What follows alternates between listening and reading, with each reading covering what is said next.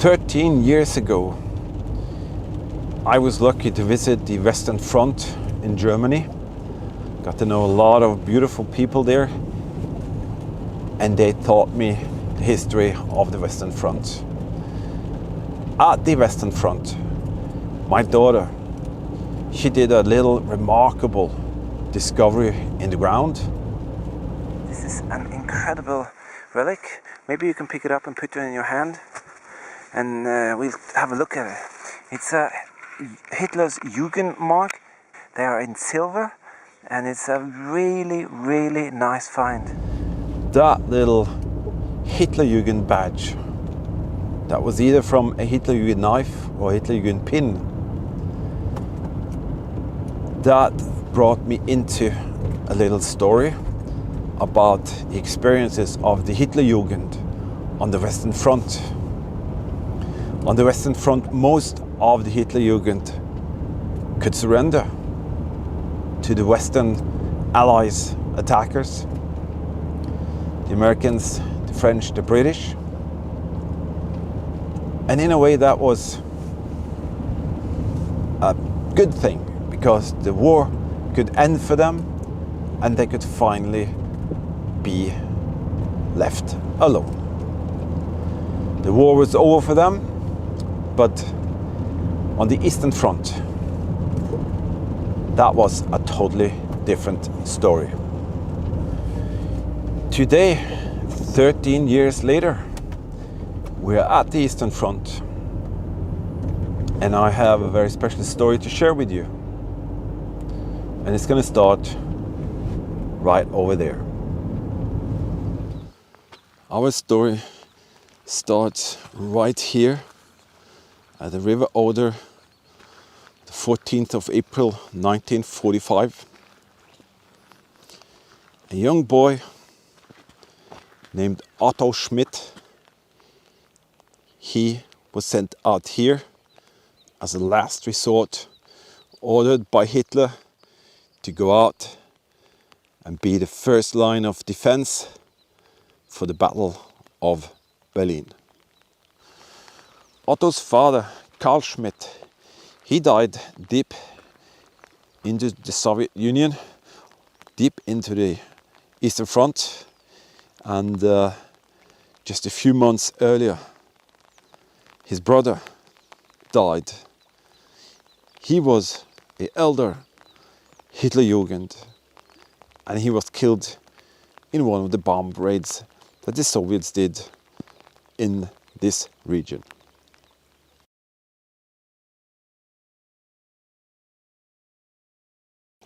With this group of friends, Hitlerjugends, and they are led by Wilhelm Gruppenführer, who is a former but retired German army lieutenant. He is 64 years old, but he was sent out here with the Hitlerjugend. They have a little truck. They brought a truck all the way out to the Oder front, and their mission is to gather information. And on the other side, Otto and his fellow Hitlerjugend friends with his Gruppenführer, they can see that something is about to happen. They can hear a lot of artillery.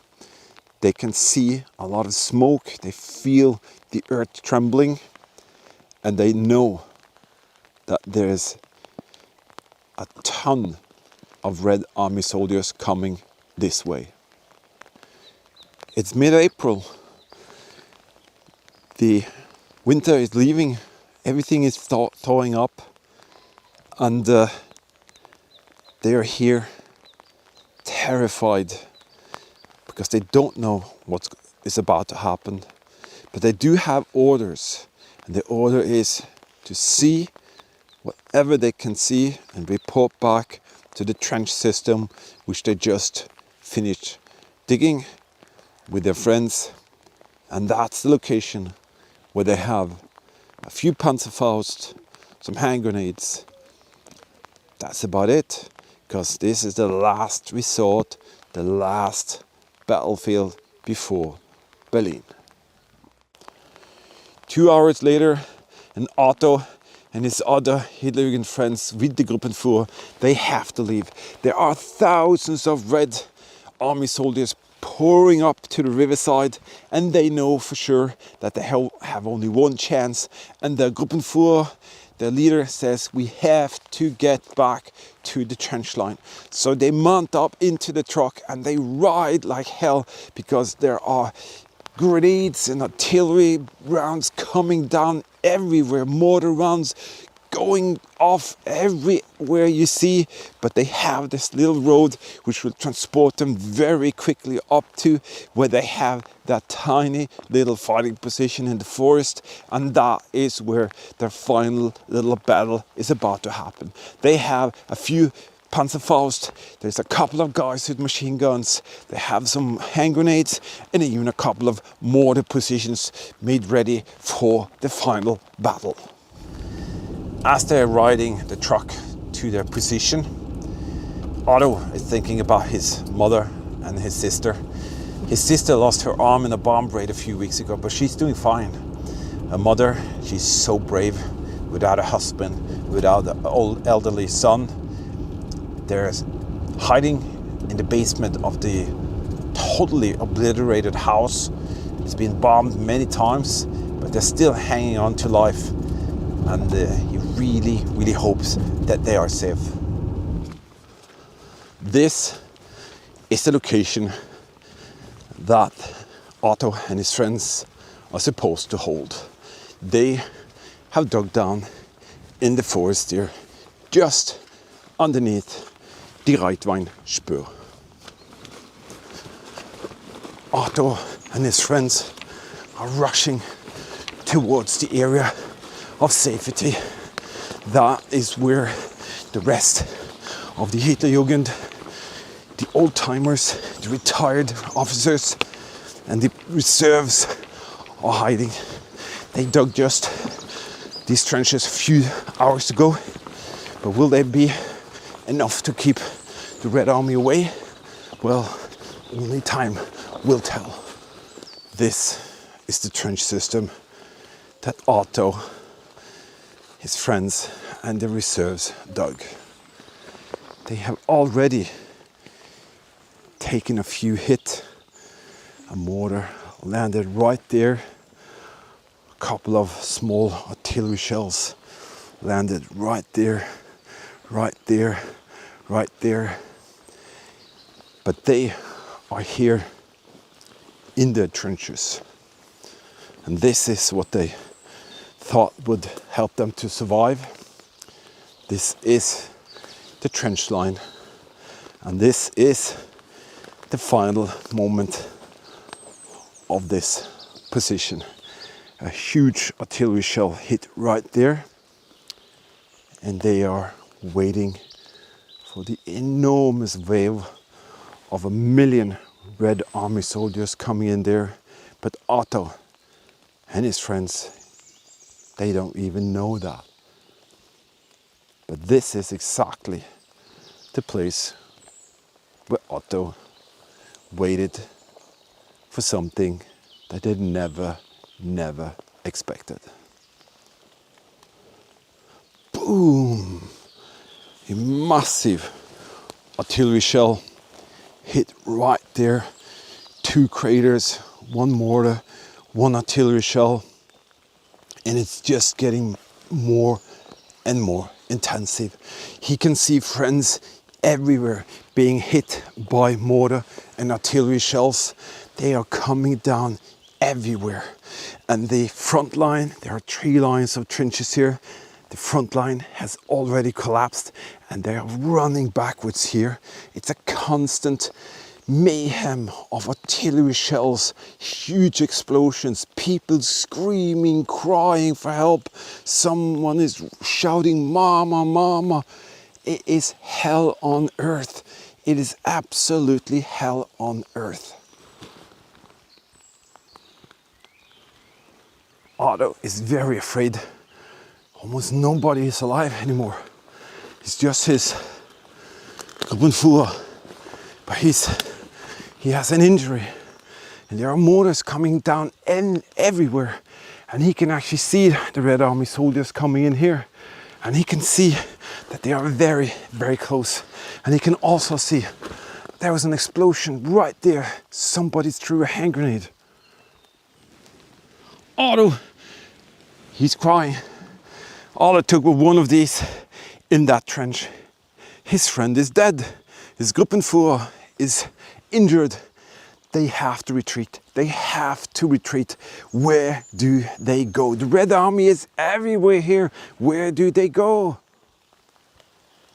Another artillery shell lands just next to Otto. They have to leave. They have to leave. He is holding on to the Gruppenführer's hand. He's dragging him through the forest. They have to get to safety. The artillery shells are coming just behind their back now. So they have to get to the truck. They have to get to the truck. This is where the truck stood. They knew they had one chance, and that was to retreat through this forest road. The Gruppenführer was badly injured. He was bleeding, and they had to go over here all the way through the forest line here, because they knew that the full force of the Red Army would come thunder down the plains here and try to reach the top of the WWII Story. While Otto and his friends rode off with the truck, the Red Army had already taken the outskirts of the forest here. They were thundering in with thousands of people, and they now took the trenches that the German soldiers used to protect themselves. And the Red Army regrouped, the Red Army reloaded, and they were ready for the massive charge up the WWII Story. And that would also affect Otto, because they went to a safe haven, and it turned out that it wasn't. This is the area on the other side of WWII Story. On that side, all hell is breaking loose. All the Red Army is pouring in, but they had to dress the wounds of the Gruppenführer, and this is a place where they thought they could have some time to do that.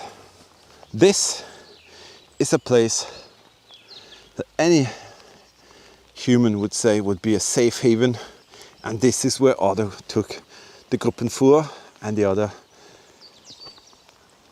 Hitlerjugends. They needed some time to dress the wounds of the group leader, and they thought a church would be a safe place for that. Normally, a church is a safe haven, but what they didn't take into consideration is that the Red Army was already on the top of the hillside there. Suddenly, the troops that was already here started firing up towards the hillside, and they could see contours of Red Army soldiers, and they were firing down here. So what was supposed to be a safe haven was now a target. And this is where Otto and his men felt they could be safe. But nope, this was now a target of the Red Army. Inside here, there used to be a beautiful church, and this is where Otto was helping his Gruppenführer, and this is where they thought they could be safe.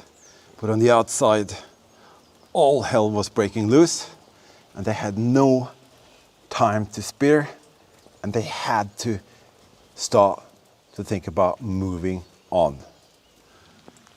Suddenly, a mortar hit right in the top of the roof of the church. More intensive machine gun fire was directed directly to the church, and Otto and his friends said, "We have to leave." And they knew that the truck was down there, and that was their very, very last resort. Now, more soldiers has gathered around them because they knew that they had a truck. So they're running down the hillside from the church, and everybody is frantically trying to get a place inside that truck. Otto and his friends are now fleeing down this gravel road. It's the only hope to get to Silo. On the left, the German defenses are now being hammered on by the Red Army's artillery. Also on the left flanks, on the different fields, the Red Army are slowly digging into the German positions, and all hope is soon lost. Right one spur is now lost to the Red Army. Otto and his friends are now getting very close to what they think could be their safe haven, Silo Heights, or the city of Silo. But little do they know that Silo has almost ceased to exist. And as they come up the hill, which is the gate up to the highlands behind Silo, little do they know that the city is actually no more. When they come up to Silo, they can see that the whole town is obliterated. It's a sad, sad sight. This beautiful little town is just gone. There's no help to get, there's no hospital, there's no aid. They just have to press on and go through the town center, which is no more, and they have to go further west. Otto's group is now flagged down here by some German soldiers who desperately need help. They have wounded crew members, and the Red Army is starting to fire at them right here at this fence. There's a rumor of a dressing station down in a field near Jansfelde, and Otto desperately needs to get these wounded crew members down there. In the meantime, the German troops are receiving incoming fire everywhere, so Otto and his fellow Hitlerjugend friends, they rush down to see if they can get some aid at the Jansfelde field. This drive towards Berlin, eastern part, this is where Otto drove with his group. They have now several wounded soldiers, and they have to get them to this dressing station. One of the soldiers has already died, and Otto, he's terrified. Otto is only 15 years old. He has never seen a dead person in his life, and now he's in the middle of the worst nightmare you can ever imagine. Will they get to the field of Jansfelde? Otto and his group, they did reach Jansfelde, and they did reach this field, and this is where hundreds of German wounded troops were taken to. The only problem is that there were no dressing station, there were no medics, there were no aid. There was just a spot where the wounded soldiers could be laid down.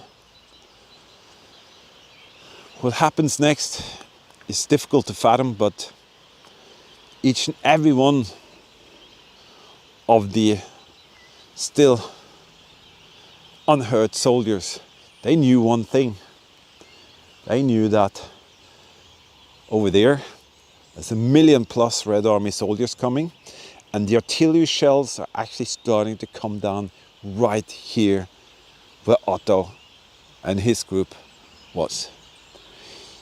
They had to lay down the Gruppenführer, they had to lay down the rest of the wounded soldiers here, and then they had to take the biggest decisions they would do in their entire life. Stay and die, stay and fight and die, or try and survive by fleeing towards Berlin.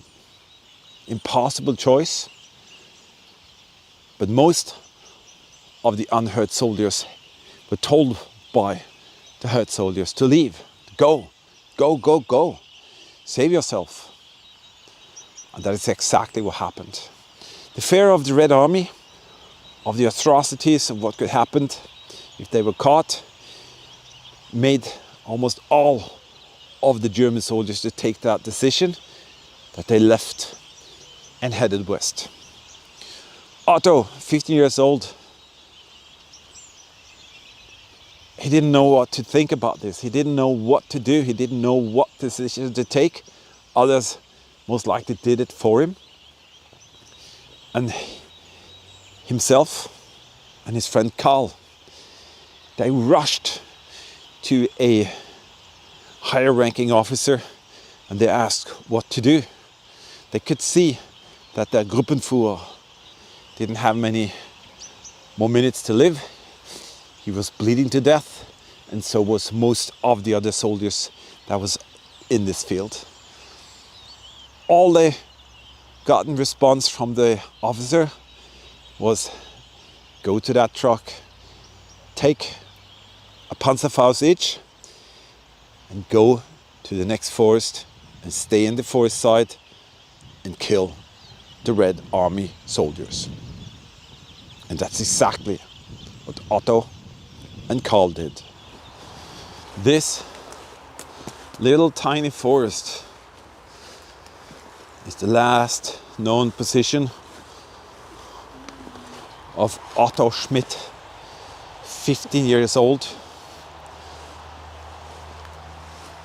Even though Otto knew that danger was coming, Otto was also a product of the propaganda work, the machinery telling you to do your duty. That dugout was made by the reservist, the German Hitlerjugend, and the retired officers, the old timers. They were all here with one mission. Otto and Carl, they had one Panzerfaust each. Otto and Carl, they did fire one Panzerfaust each, and they hit a truck of the Red Armies that came through here. After they fired one Panzerfaust each, Otto and Carl and some other soldiers and Hitlerjugends here, they flew in that direction. 2 hours later, a few kilometers from here, Otto was shot by the Red Army.